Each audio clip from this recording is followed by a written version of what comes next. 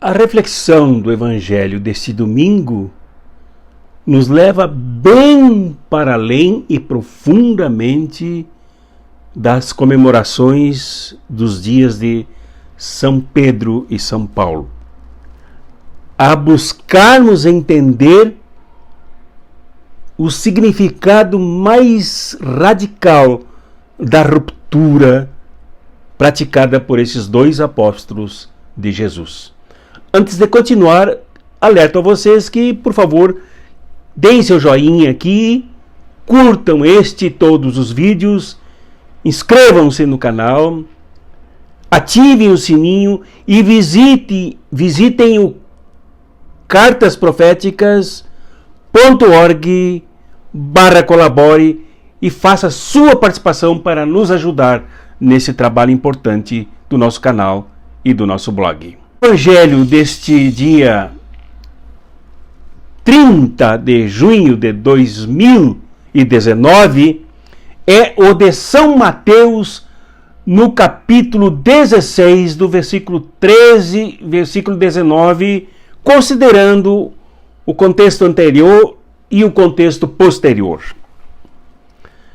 É preciso que a gente examine três coisas aqui para entendermos este Evangelho.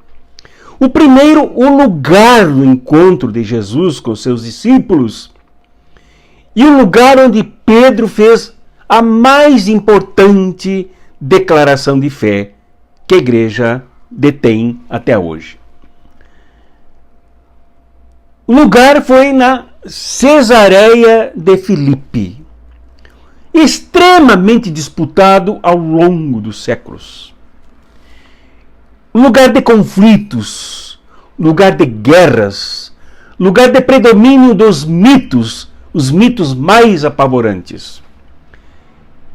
Este lugar foi disputado por impérios no passado e houve muito derramamento de sangue, inclusive com o confronto com guerrilheiros, como os macabeus. E disputavam a água puríssima, da onde também nasce o Rio Jordão, disputavam a beleza do ambiente, disputavam o simbolismo do local, até que por último Herodes mandou construir um palácio para o seu filho Filipe, em homenagem a César, por isso Cesareia de Filipe. Então, esse lugar é densamente rico em símbolos e representava ali também o local do inferno. As pessoas acreditavam que ali estava a boca de entrada para o inferno, a porta do inferno. Por isso a proclamação de que as portas do inferno não prevalecerão contra a igreja, no lugar onde Jesus estava, com os seus discípulos, com São Pedro. Ali nesse lugar também havia, ali em Cesareia de Filipe, havia também a intenção de Herodes de fortalecer o seu reino, que depois ele dividiu entre vários filhos. Era local de disputa. Ali viviam, além do mito do inferno, o mito do deus Pan, da onde vem a palavra pânico, estado em que as pessoas se sentem psicologicamente. Ali no lugar do deus Pan, vivia-se o ambiente de atemorização, porque esse deus era o deus das matas, é o deus dos vales, é o deus que morava nas montanhas, é o deus dos rebanhos, é o deus dos pastores dos rebanhos. Era um deus que gostava de dançar com as ninfas belas, as mulheres bonitas da região. Um deus festeiro, mas um deus que atemorizava. Então é preciso entender esse lugar. Lugar de disputa, um lugar de históricas rixas, conflitos, guerras, derramamento de sangue, lugar de habitação do medo, da mitologia, das divindades.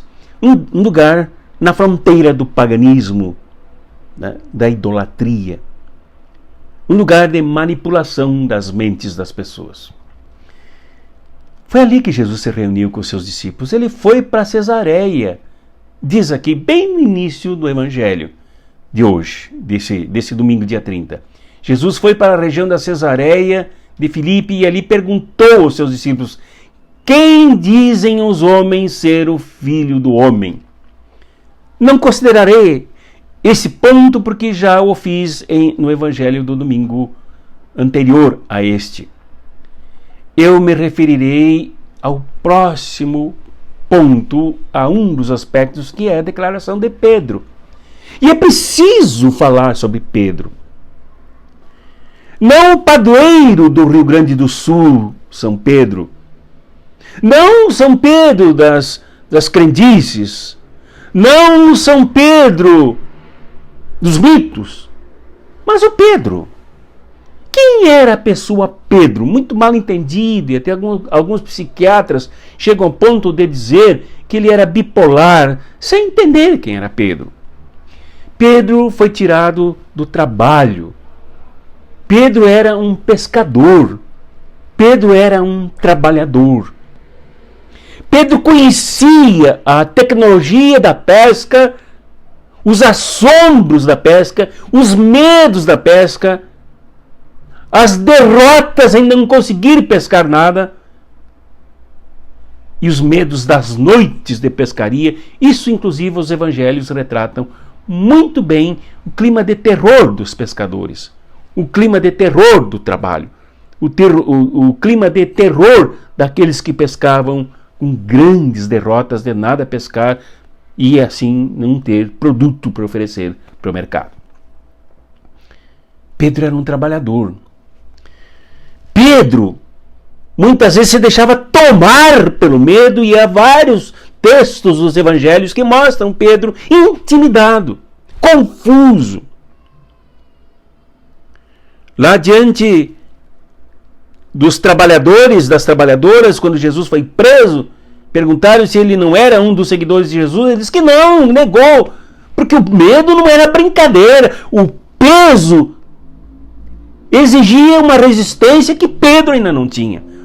É preciso entender o ambiente que domina as pessoas. É preciso entender o terror que manipula as mentes e as almas das pessoas. Pedro sofreu tudo isso e negou Jesus. Diz que nem conhecia, nem sabia quem era ele. Antes, Pedro se precipitou taticamente e usou uma tática equivocada. Quando Jesus foi preso, ele sacou da espada e tascou-lhe na orelha do soldado Malco. Numa das orelhas. Decepou. Precipitado, confuso, querendo proteger Jesus, querendo proteger a causa, mas sem entender bem quem era Jesus, quem era a causa. Pedro passou por tudo isso. Muita gente da igreja primitiva passou por tudo isso. Muita gente passa por essas confusões.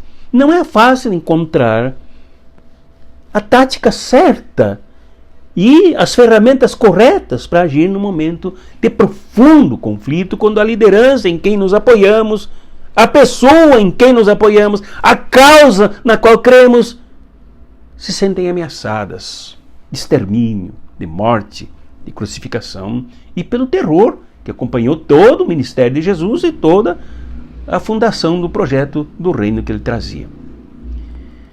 Pedro teve medo diante da cruz e fugiu. Afinal, o que ele podia fazer? Talvez tenha pensado.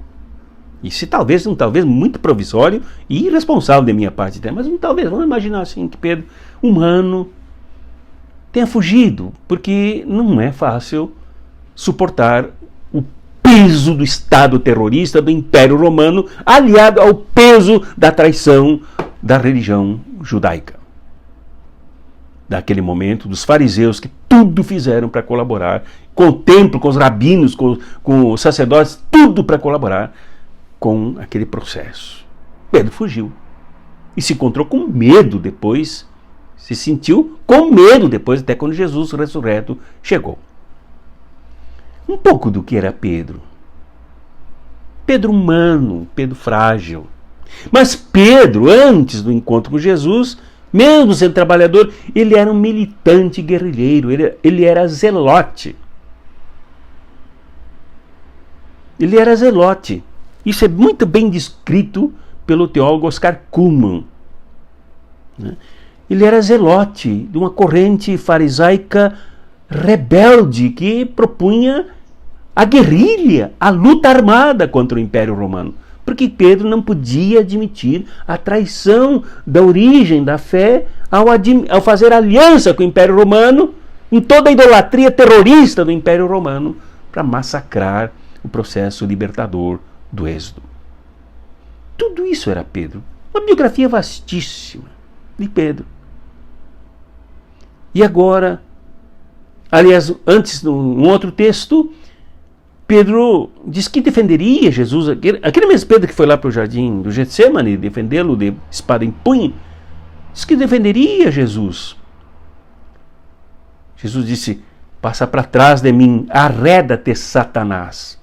Satanás é uma figura bíblica carregada de mitos do tempo, significava opositor. Isso significa que Pedro, naquele momento, queria desestimular Jesus, tirar um ímpeto de enfrentamento que Jesus vivia como Messias, que ele declamou aqui, neste Evangelho. E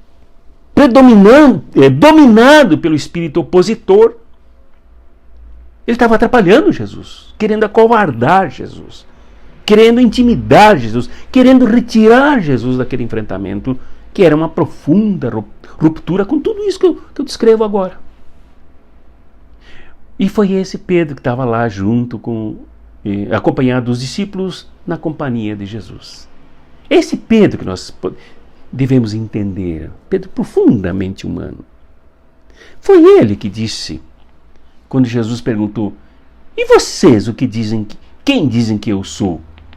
Ele disse: tu és o Messias, o Filho do Deus vivo. Jesus respondeu para ele: feliz és tu, Simão, filho de Jonas, porque não foi um ser humano que te revelou tudo isso, mas meu Pai que está no céu. Neste momento, e aqui há um credo importante da igreja primitiva, que foi pronunciado não somente por Pedro.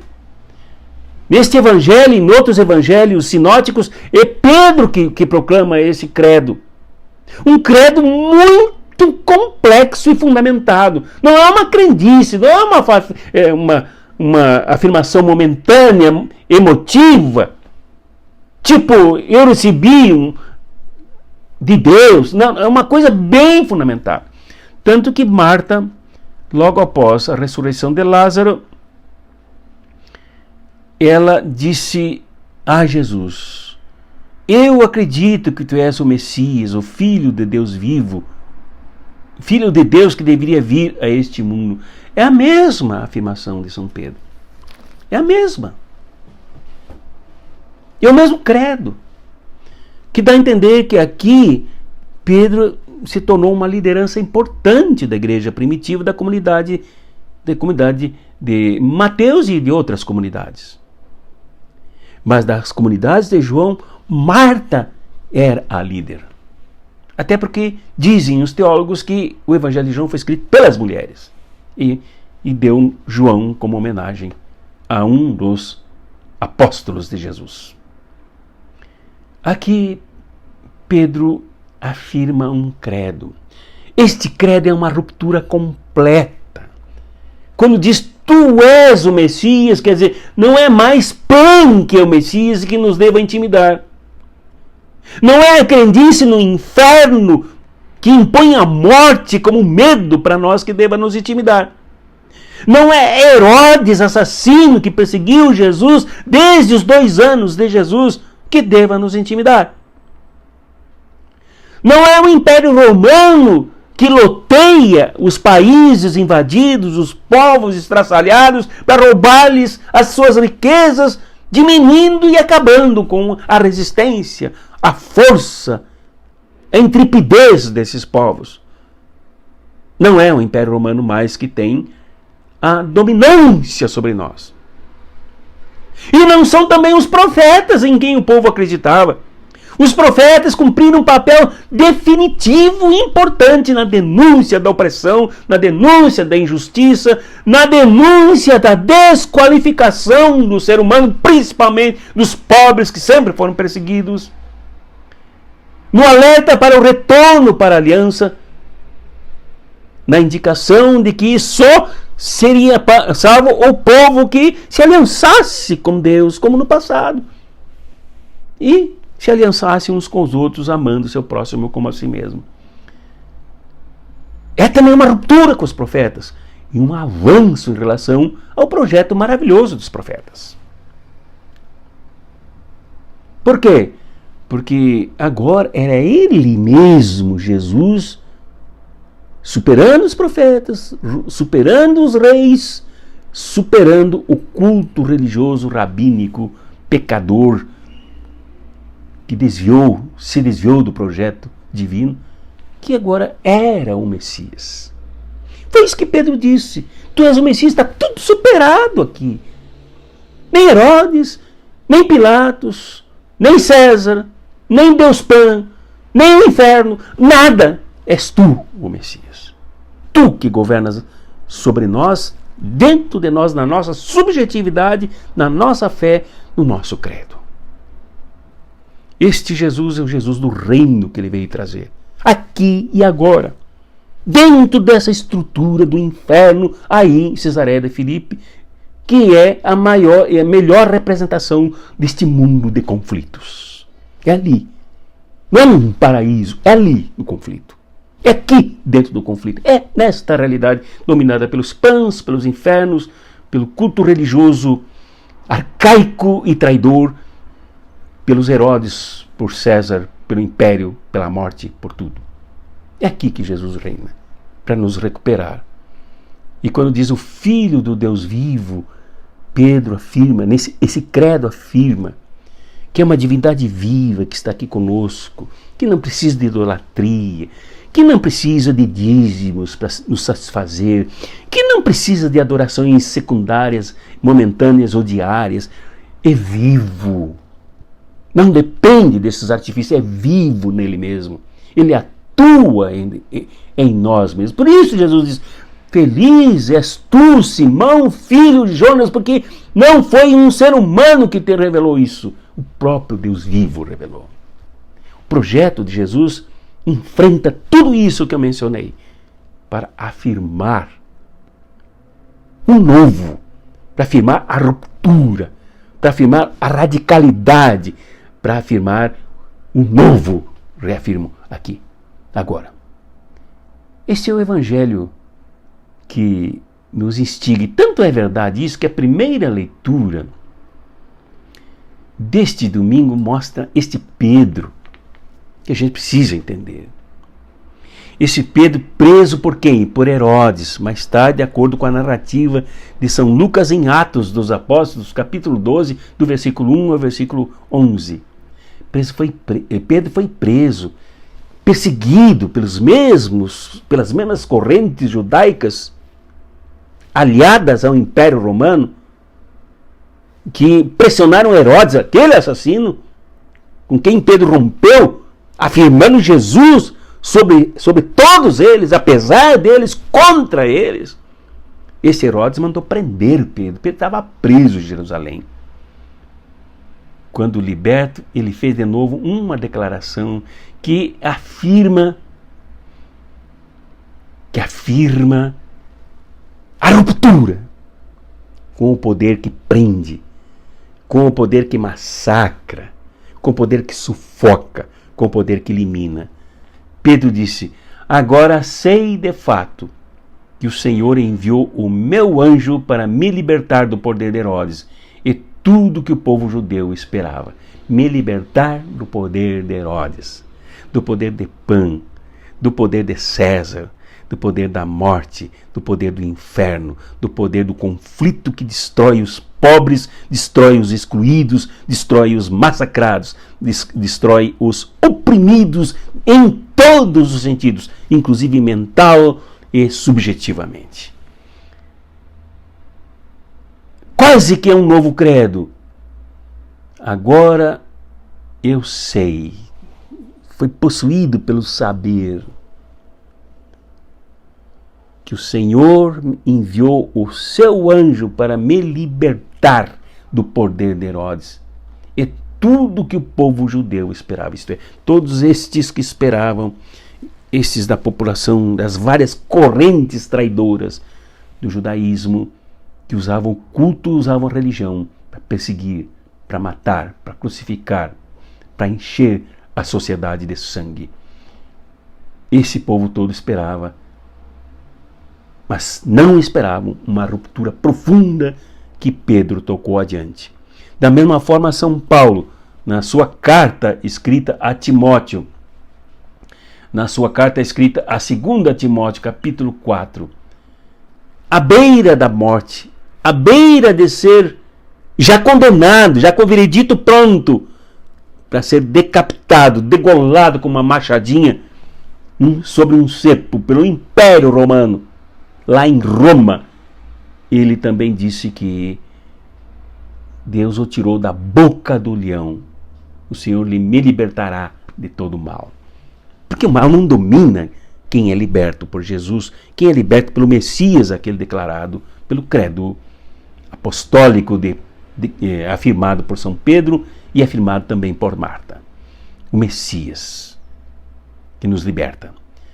Que Deus, pois, que libertou São Pedro, que libertou São Paulo, te liberte, meu irmão e minha irmã, nos liberte a todos e nos ajude a reencontrar com este Messias, não não o Jesus das igrejas, não o Jesus da bancada evangélica, não o Jesus da bancada católica, não o Jesus do mercado, não o Jesus do agronegócio, não o Jesus que compra e que vende, mas o Jesus proclamado por Pedro, por Marta e por São Paulo, que não temeram ser mortos, porque as suas vidas não eram propriedade particular, mas da causa na qual eles criam a partir daquele momento.